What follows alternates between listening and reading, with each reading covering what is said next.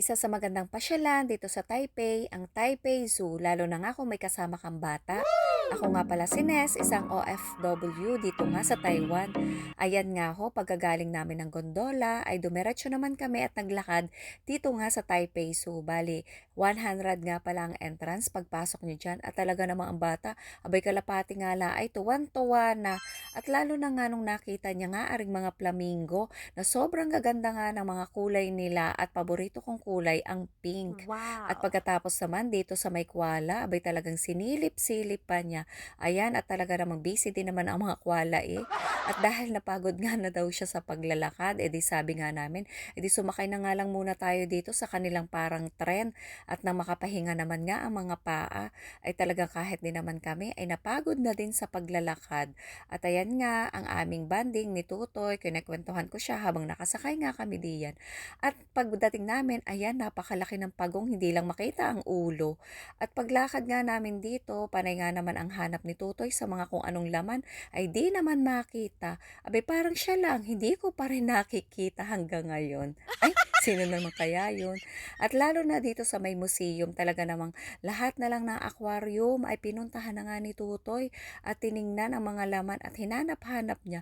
Minsan hindi niya nga makita gawa nga ng kaparehas ng mga dahon o ng mga kahoy at talaga namang parang nagiging palaisipan sa kanya. Talagang manghang-mangha nga ang aking Tutoy at alam ko namang nag-e-enjoy nga siya talaga dito. Tatlo. Tatlo. Puro naman pagong. Ano daw yan? Sawa? Ah, ang ganda ng kulay. Ano daw? Basahin mo, Tutoy. Ano ang basa? Ano daw basa? Western rat snake. Wow, marunong magbasa ang Tutoy ko ah. Ang galing naman ah. Yan, babasahin mo kung ano. Carpet python. Carpet python? Oh! Wow, laki nga. Eastern O, nasa yan? rattlesnake. Kakulay na ng ano. Ano yan? Mga kapanggan. Makabandag yan?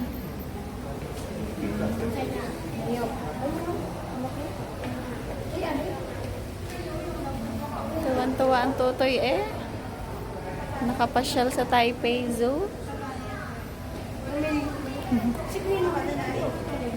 Hindi pa napapagod yan. Fresh from Pinas. O, yan na. Ayun na, oh.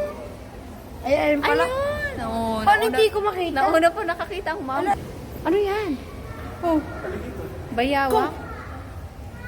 Bayawak yan, oh. Chinese? Chinese pala yan eh. Alligator. Alligator.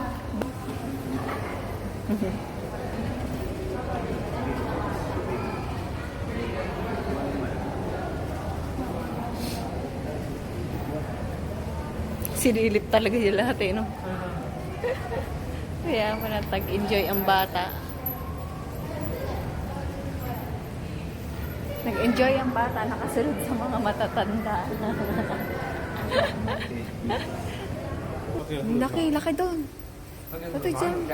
Bibidyohin kita.